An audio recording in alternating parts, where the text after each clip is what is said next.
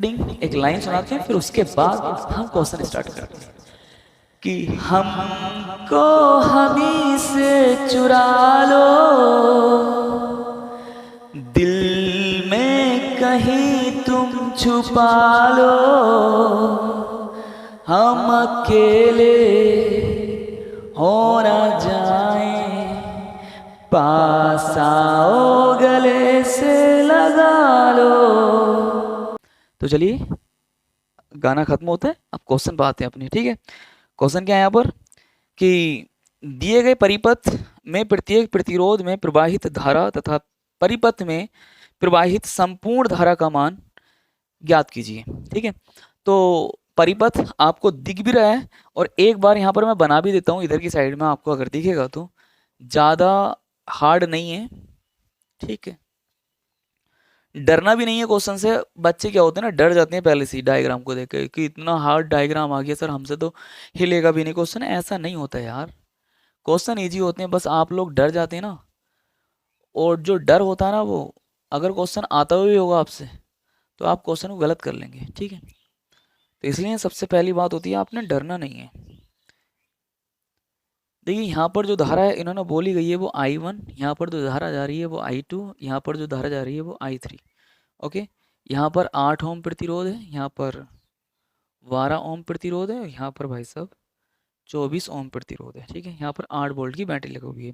तो उसने पहले पॉइंट में बोला हुआ है कि संपूर्ण परिपथ प्रत्येक प्रतिरोध में धारा प्रवाहित धारा तथा प्रवाहित संपूर्ण धारा का मान बताइए। ठीक है, तो अभी अगर मैं देखता हूँ तो टोटल धारा निकालने के लिए टोटल विभवांतर पता होना चाहिए। विभवांतर बैटरी का कितना है, वोल्टेज कितना 8, और टोटल प्रतिरोध पता होना चाहिए। तो टोटल प्रतिरोध निकालने के लिए देखेंगे हम कि श्रेणी क्रम में लगे हुए हैं या समांतर क्रम में लगे हुए हैं। तो मैंने देख रहा हूँ कि ये सारे के सारे किस क्रम में लगे हुए हैं, समांतर क्रम में लगे हुए हैं। ओके, तो अगर मैं इसे R1 नाम दूं, इसे R2 नाम दूं, इसे R3 नाम देता हूँ। चलिए, इसे R1, इसे R2, इसे R3। तो टोटल प्रतिरोध अगर निकालूंगा तो यहाँ पर कैसे निकलेगा R, तो मतलब यहाँ पर लिखूंगा R1 R2 R3 समांतर क्रम में लगे हैं, समांतर क्रम में लगे हैं। तो 1/R is equal to 1/R1 plus 1/R2 plus 1/R3। ठीक है, 1/R is equal to R1 का मान रखेंगे यहाँ पर कितना है बेटे, आप बोलोगे सर 8, प्लस R2 का मान 12 प्लस R3 का मान 24। ठीक है, आई थिंक आपको भी समझ में आता है, हाई स्कूल में जब आ गए हो तो यार एलसीएम लेना तो आती ही है। इन तीनों संख्याओं का एलसीएम क्या आएगा, 24 आएगा। इतना तो पता होना चाहिए यार, और अगर नहीं पता तो सीखो यार, ऐसा थोड़ी ना काम चलेगा। हाई स्कूल में आ गए हो, 24 इसका एलसीएम आ गया। 8 से काटेंगे कितनी बार, 3 बार, प्लस 12 से काटेंगे 2 बार, प्लस 24 से 24 को काटेंगे 1 बार। 3 और 2 प्लस 1 कितना होता है 6, 6/24।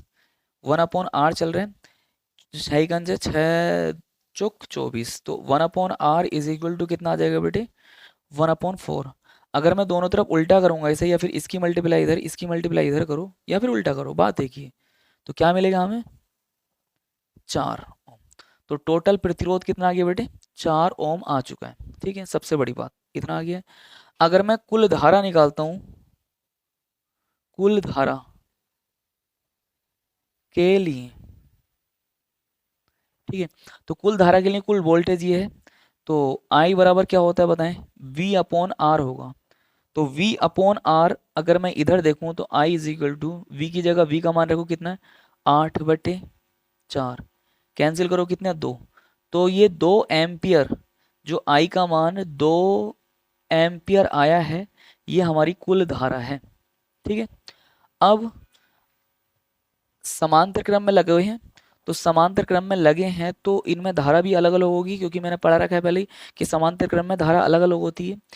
टोटल धारा जो आई है वो यहाँ से जाएगी, यहाँ से कितने एम्पियर की जाएगी, यहाँ से जाएगी 2 एम्पियर की, यहाँ तक जाएगी, यहाँ तक।